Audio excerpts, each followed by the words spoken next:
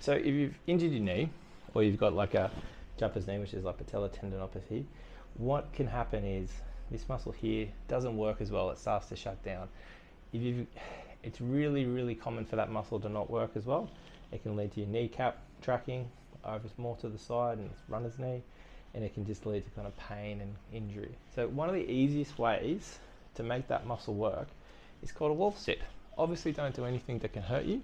If you need to hold on to something, and make sure you're not going to slip. But just by coming down to 90 degrees, or even here, depending on how your knee's feeling, it makes this muscle here activate.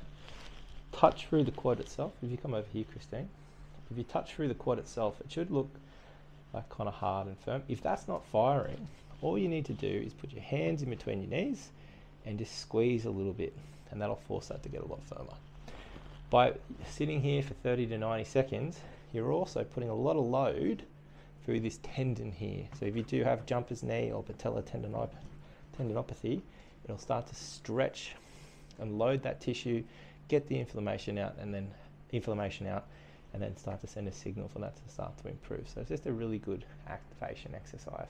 So whether or not if you've got knee pain when you're running, if you've got patellar tendinopathy, if you've got any kind of swelling in the knee, this is really good thing that you can do before you do any other exercise that'll help your knee function better, help improve stability, and also reduce pain.